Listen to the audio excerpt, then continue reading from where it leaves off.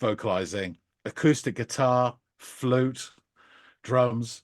I even thought that maybe there's a harpsichord in there at some point. And then I put giant grasshopper rubbing its legs. Yeah.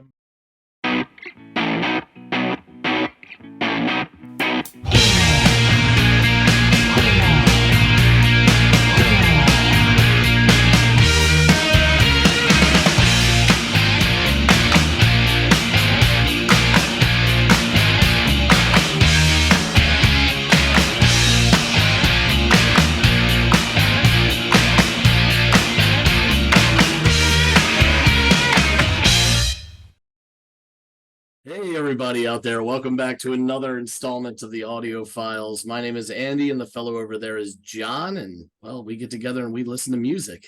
John and his hand. John, you're up to bat, sir. You're going to be offering me something to go off and listen to.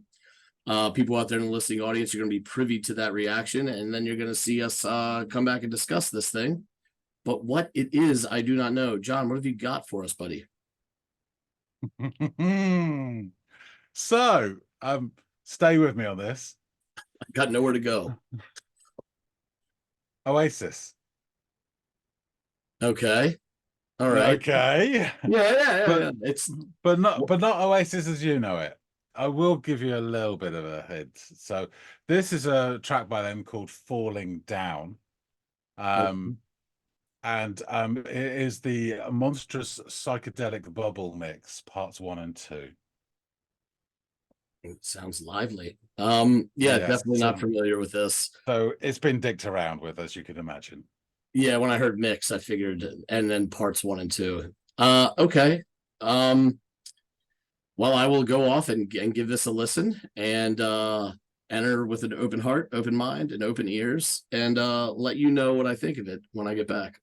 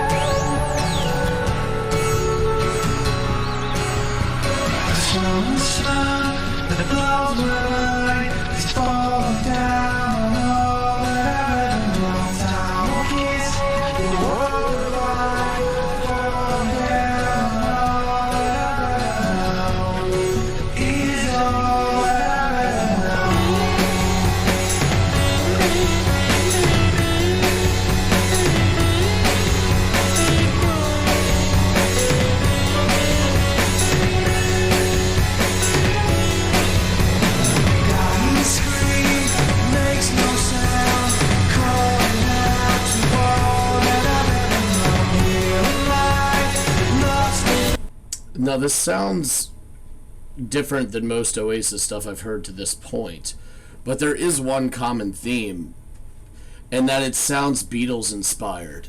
And I know that that's probably because they're leaning into the Eastern sounds and the psychedelic sounds a bit with this, and that's something that the Beatles really made popular. And I'm sure that's at least in part the inspiration for them to do this, but this is unique for Oasis, at least for me and what I've heard from them to this point. There are little shades of it here and there, but this is, I think, a lot different than what I've listened to. Again, back on the whole Eastern thing, like there's some world music stuff going on in here, but the effect work is what's really leaning into the psychedelia. So is that kind of like drum beat that they've got going on here, the shuffling drum beat that's happening, which is really I don't know, is just cut perfectly for the cloth of psychedelic rock. So yeah, we're only $1.12 into this, so let's see what more they have in store for us.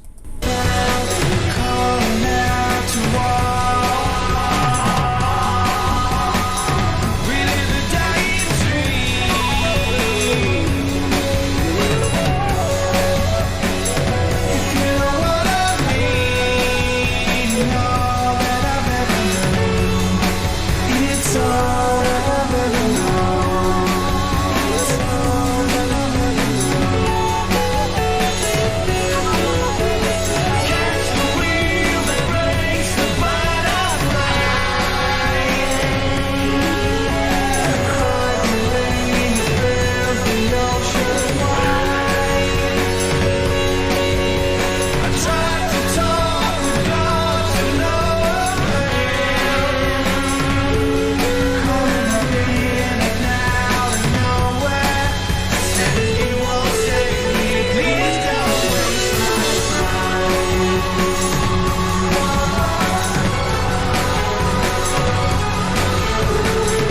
Is that an orchestra? Is that like string instruments now hitting that in the back? That sounded really good.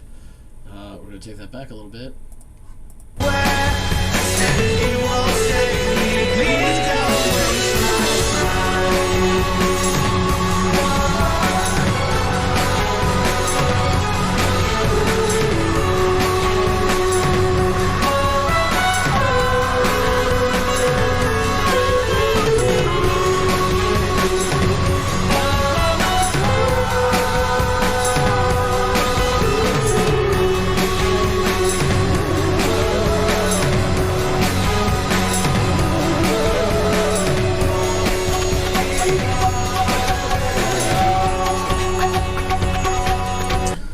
This flute I've been hearing throughout this goddamn song, and I know it had something up its sleeve at some point. It sounds like we're about to get into it, but my god, that is a lot of fun. What do we have here? Jethro Tull? What are we doing here?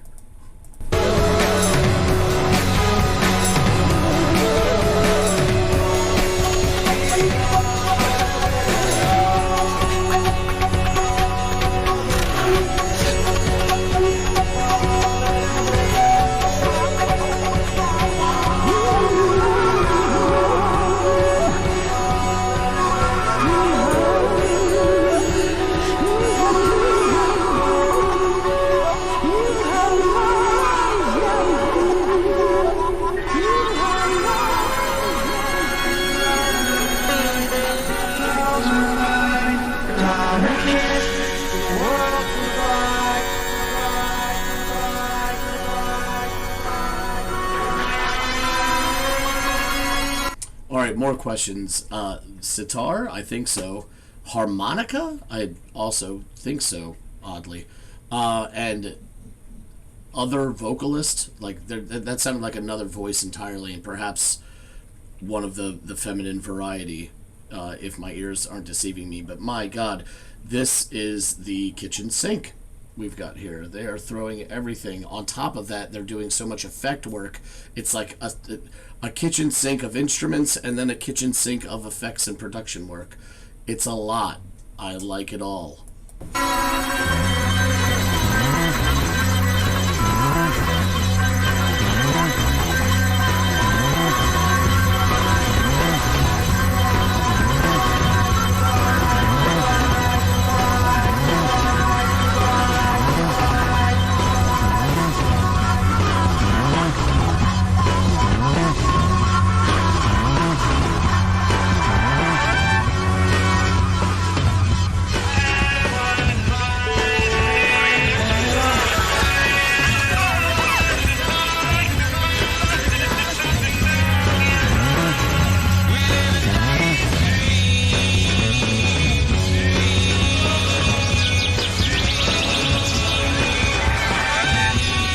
Was that a sparrow? What the hell was that, a lark?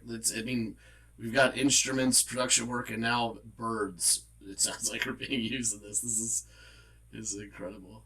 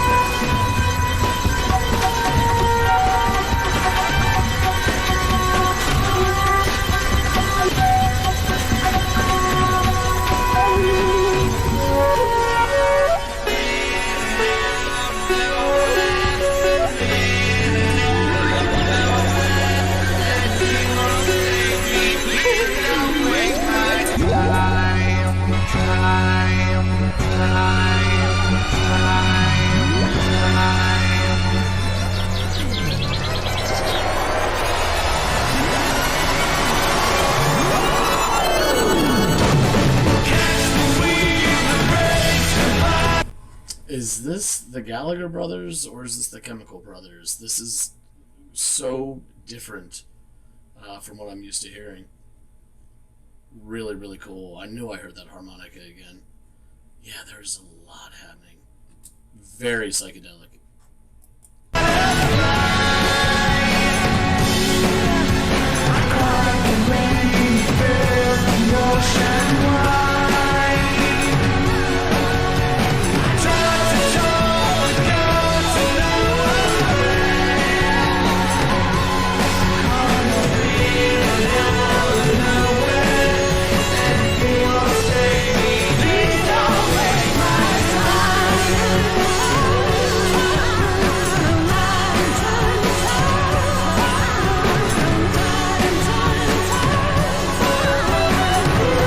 Yeah.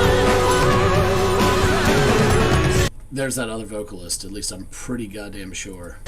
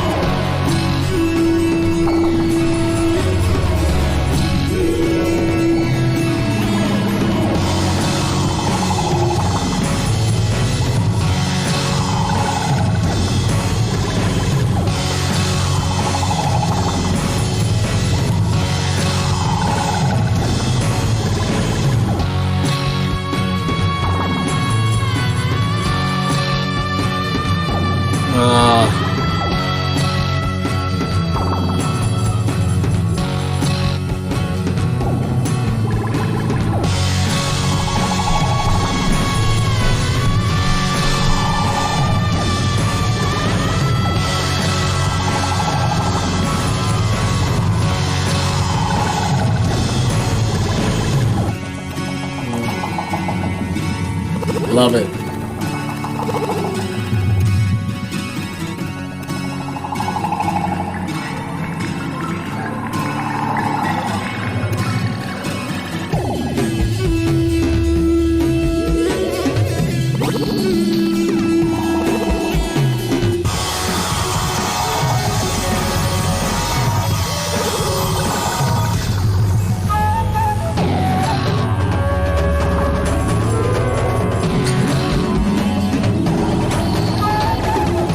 Can't keep that flute down.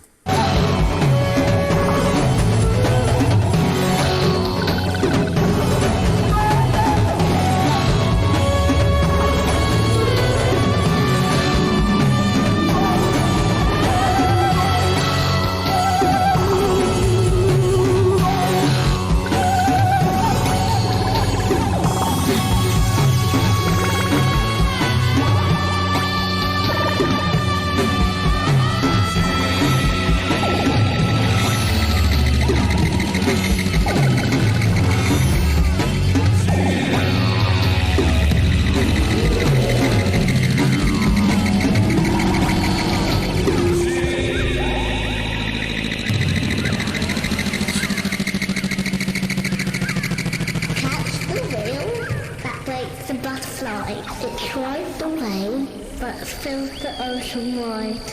I tried to talk with God to no avail, calling him in and out of nowhere. Yeah, they had run out of, and they had pulled every punch to the point where they had to, of course, sign off with the creepy kid saying something. Whatever that was. Oh my God. What do we have? Djembe, sitar, harmonica, flute in droves, orchestral bits. It sounded like I heard stringed instruments at more than one, all different occasion. All different kinds of percussion drums were used throughout here. This is just everything. All this digitizing and effect work. Vocal tracks were manipulated. This was just a lot of fun. I couldn't listen to this like several times a week or something like that, but man, under the right circumstance, this thing would really float my boat. You had new, different experience. I've listened to, Oasis has been around, since I'm in middle school. And they've garnered a lot of popularity over here. As well, obviously in the UK, right? But I don't think I've ever heard anything as weird or far out there from them as this. This was a lot of fun. Hats off to whoever did all of this, musical and production chicanery and fuckery and all this stuff, because this is really an experience. It's not just a song, man. Yeah. Caught bits and pieces, some allusions to God in there. I don't really know. Maybe even salvation. I think John might have to be tasked with helping me figure that out, and just giving me more of the skinny on this song in general that I'm now wholly intrigued by. So let's get back to him. So you've returned, And what do you make of this jaunty little number? I have to say that I'm inclined to think that I would have come up with this on my own if it wasn't plastered all over the thumbnail I was looking at the entire 11 minutes I was listening to the song, but it was very psychedelic. I got hints of that as well. Just a soup song. A soup song of psychedelia. Just a little bit, right? Exactly. Yeah, it instantly reminded me of like acid psychedelic rock. With other elements as well, obviously, as the song progressed, right? But like instantly, I'm like, okay. And it's interesting to me because like usually I think of Oasis and I think of like some form of either, pastiche, derivation, or nod to the Beatles' work. And of all the times that they've sort of struck that note with me or made me think of that, and probably countless others too who have listened to their stuff, none of it was ever of the hanging out with Ravi Shankar, George Harrison leanings of the Beatles oeuvre, but this was.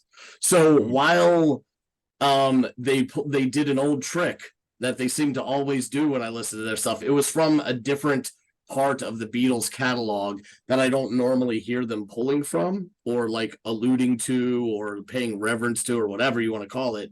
So I thought that was kind of cool and interesting too. Like, oh, they do this part of the Beatles stuff too when they're writing music. But it was obviously a big part of that was the Eastern music, like the influence that was going on here. It was almost world music. Which I thought was really, really cool. And absolutely, like, that's the thing that kind of hooked me. As well as all of the wild production, digitizing, all this, like these sounds, these manufactured sounds that were used and effects to manipulate those and the other more natural sounds. Natural, I mean like the actual instruments that they're kind of manipulating, right, rather than replicating and then manipulating. So the instrumentation is really beautiful. I mean, I picked up the djembe, sitar, the flute. I picked up like conventional like pit orchestration at times. It felt like I was hearing strings, harmonica, two, at least, I think, two different vocalists, if you don't count the creepy kid at the end. So that was really interesting as well. There's this portion where the flute begins teasing these little flourishes, probably around the 2 to 2.5 minute mark, and then by 2:42, the flute goes full bore, and there's like, it's an excellent example of air control and breathing patterns, which have to be taxing, because there was like all this rapidity and nonstop action on the flute, and it was really something to behold. It sounded great, and it was, just one more crazy thing to add to this, like this stew or this curry that's got like a million ingredients in it. You know what I mean? That they're making. There's this food in Mexico called mole, and it's slow cooked. It's a sauce. It's got 1,000,005 different things in it. And this was a musical mole. There's so much stuff happening here. There was the whole kitchen sink, the whole kit and caboodle, whatever turn of phrase you want to use, from whatever neck of the woods you're from. It was that. There's also like, I think, like, again, the vocalization that I heard, I think it was one of the Gallagher brothers, right? And then there was also this female vocalist, I want to say it was, right? Okay, good. Yes. Because I was like, yeah, that pitch sounds like it was a woman for sure. But it was also like, because there was so much manipulation happening in the damn song, I didn't know if they were toying with someone else's voice altogether. So as the song progresses, I'm starting to realize that it's not just the instrumentation that's making this experience so unique. It's also the production and almost digitizing of portions of music and sounds that they've added to it. I mean, at one point I was like, Christ, is that a sparrow? Like, what are they, like, sampling a lark? Like, you just hear like birds coming so hard in your right can. And like, what the fuck was that? So another reason why I wanted to like explain what I meant by the organic sounds, because truly the most organic sounds are these goddamn wilderness samples that I'm like, what is that? Am I on a stroll? So yeah, it was a really, I think what was so captivating was it was like this unique blend of like old world sounds, or like, civilizations that are like that go back so far. Like, you have all this Eastern sound in it, but it even flirts between like sounding like Indian music to sounding like Middle Eastern music. And if you've heard the two, you know that some of the instrumentations have similar pitches and sounds to them, but there are different playing patterns and motifs that those cultures mess with. And in the beginning, I got more Indian, and then as it progressed, I was like, oh no, I don't know. This feels like it's almost like Afghanistan or something like that. So it was really interesting how they messed with that. But then there was also like, you think like conventional pit orchestra, and you think of a certain period of time, and you got a little bit of that in it, and then you think, oh, mid 20th century rock and roll is also in the mix. But then you also have like late 20th, early 21st century production sound effects, like sort of DJing stuff like that you would have if you went to like a dance club in Munich in 2010 or something like that. That electronica, that boom. Yes, it's all this phasing and sound stretching and manipulation and stuff like that. So they're throwing everything from almost every time and every place at you in the song.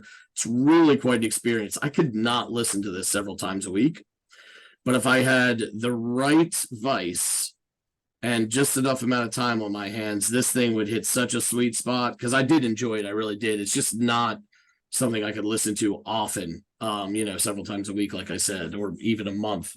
Also, hats off to the shuffling drums in this tune. Every great psychedelic song has these great like shuffling drum beats that go behind them. And this one, it was just perfect for this song. It wasn't anything crazy, but the way that they were played stylistically was perfectly cut for this tune. Close to the 7-minute marker, you hear this refrain, it's all that I've ever known, and that I heard it at other points in the song, but they're really leaning into it this time. It's kind of fading away, and the song again shifts, and it becomes, there's even more of this digital fuckery and effects that they're employing here. They had a lot of fun with the drums during this bit, among other wild sound effects. Slowly they begin peppering in those Eastern sounds from earlier. with this motif, and there's lots of phasing and panning sounds and effects going on as well. It's truly a cacophony at this point, but it's not off the rails. So I really enjoyed that. It was like challenging in the best way. They somehow shoehorned all these bits and pieces together without compromising the song, and I thought that was a really commendable act, because like that's hard to pull off when you've got this many moving pieces. And of course it ends with a child's voice reading some creepy sounding shit, and I kind of just waited for that to end. It reminded me of like every horror trailer from like the late 90s, where it's got to be a weird kid with a British accent saying some spooky shit in the corner of an attic or basement. Get the fuck out of there. He's back. Yeah, right. I am your daughter. Like, what the fuck is it? So I didn't pick up on much of the lyrics, but there were references to God and salvation throughout it, at least from what I could pick up. But they sounded more cynical than sincere in their delivery. And I think like what I caught was, I tried to talk with God to no avail, which is a very powerful line in and of itself. And I said, if you won't save me, please don't waste my time. That's an interesting tact to take with a guy who's going to determine your fate if you believe in that story. So maybe a little reverence and respect in that situation. But I thought that was I mean, interesting, right? Like, what is that telling you about the narrator? So that had me scratching. That he's a Gallagher. That's what. Yeah, exactly. Yeah.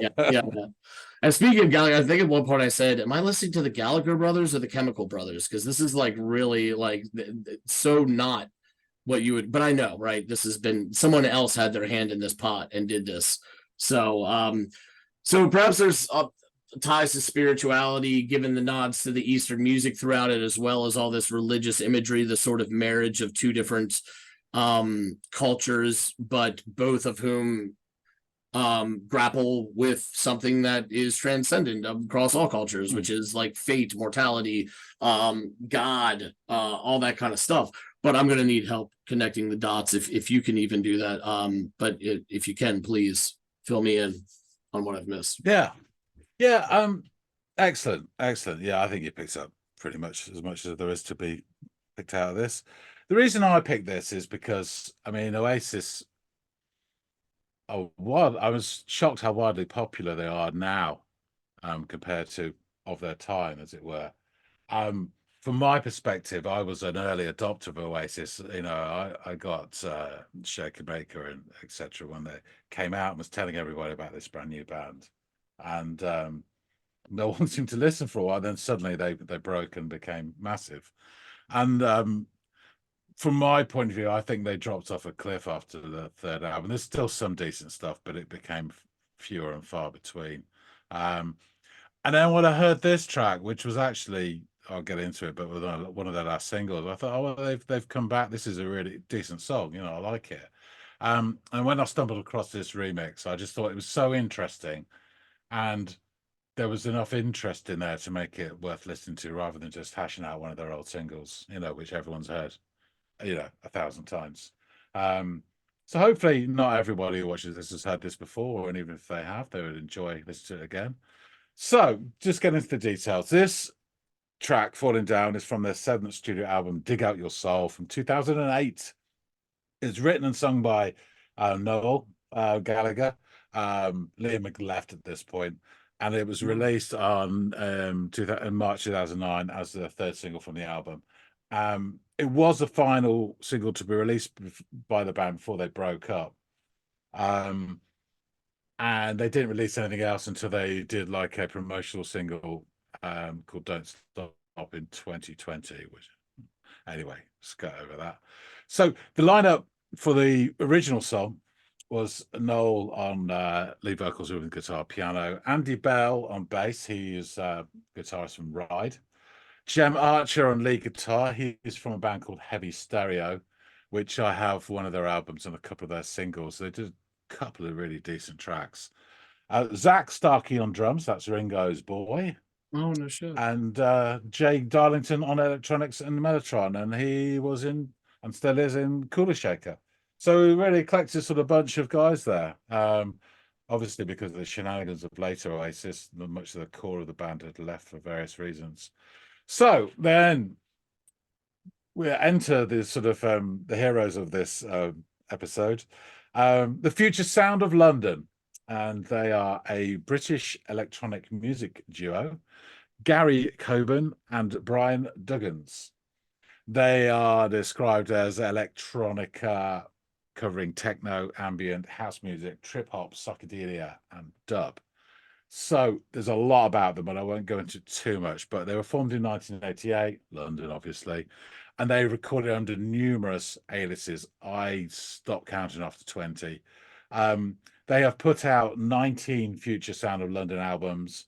They've put out 12 albums as Amorphous Androgynous and a further 18 albums that I can figure out under other names.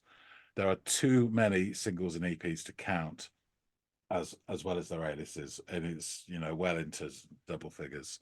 They're still going to present. Their last Future Sound of London album was 2023.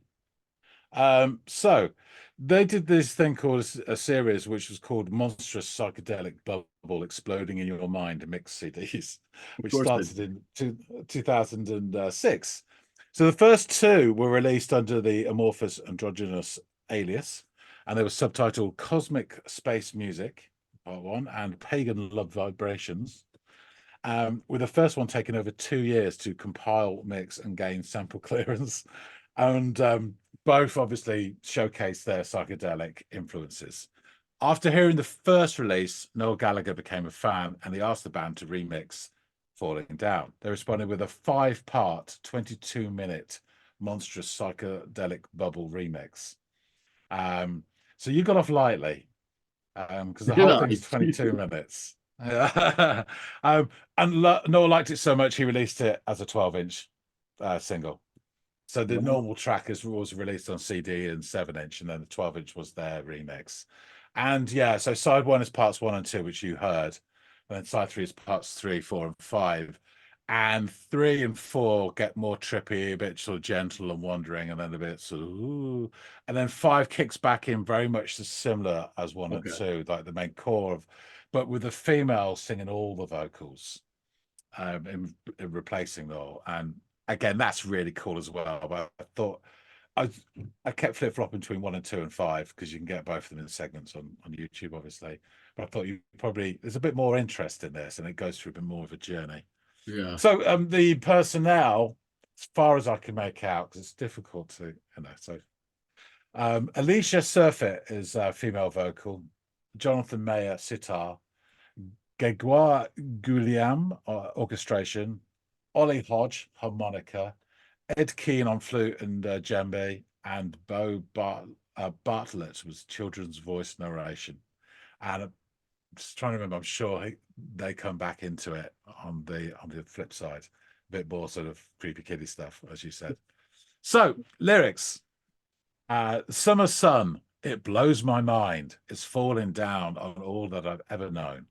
Time to kiss the world goodbye, falling down on all that I've ever known. It's all I've ever known.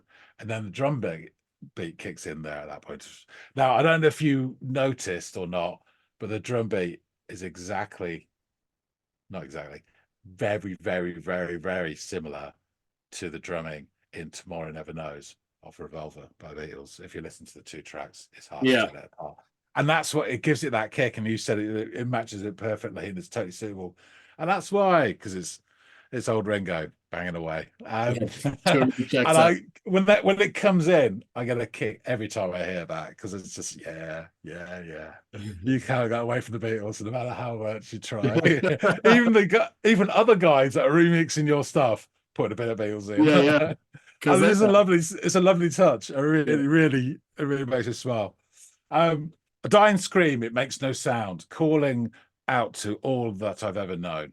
Here am I, lost and found, calling out to all. We live a dying dream, if you know what I mean. All that I've ever known, it's all that I've ever known. And then it goes into catch the wheel that breaks the butterfly. I cried the rain that fills the oceans wide. I tried to talk to God with no avail, calling my name, and out of nowhere I said, if you won't save me, please don't waste my time, which is a very Noel-esque line. Yeah. And then there's bits of refrains coming in, all I've ever known, it's all I've ever known. And then I've tried to do a little bit of a sort of commentary here in my notes. So there's female vocalizing, there's a psychedelic breakdown, and then the build up again with that sort of lovely fucked around with bass coming in.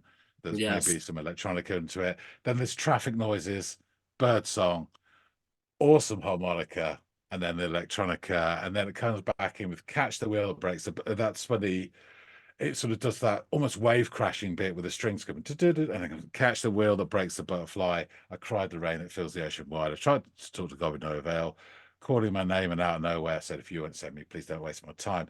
And then there's another breakdown. You've got the hand drums, djembes, whatever, astringent synths I've put in there, electronica, sonar, sitar siren, traditional Asian stroke Moroccan female vocal. I thought it was kind of Moroccan, but you know, I take what you say about it could be any of that band vocalizing, acoustic guitar, flute, drums.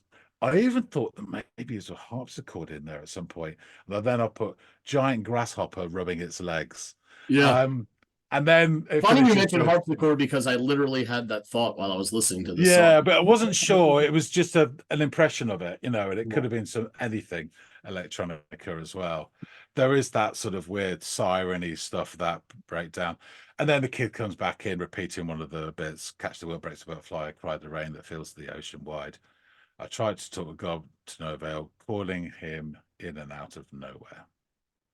So there you go. I just that's it. I really enjoy this because it's something different as well. And then, like we said before, you know, remixes are one thing, but when someone actually takes it to another place, that's when it becomes interesting. And it's not my favorite Oasis song, but it's one which I think has a lot of interest, and so it's worth sort of featuring it on the channel and something a bit different than just rolling out Wonderwall or whatever every time, which I adore, by the way. But you know. So there you go. So yeah, and again, I think it's a fairly sort of this existential trippiness to the song. It's very intriguing. The whole thing. Yeah, Noel's lyrics aren't particularly deep. I'm going to get some hate messages for this, but you know, they're not usually that complex. It's usually fairly personal. And if you have an insight into his current life or mind when he was writing it, then it all makes sense, you know. And I guess it's all around that. And I guess he was sitting there with his guitar wondering, what's it all about, you know? And I think that's about it, really. And it's nice. And I think this is, you know, one of those songs that goes towards the high points that they hit early on in their career. I really do. There's a few of them, but this is one of the latter ones that's really worth it. And so the remix is insane, and all 22 minutes. If you've got spare time, sit down, listen to the whole thing in one go. You really feel like you've been through something at the end of it.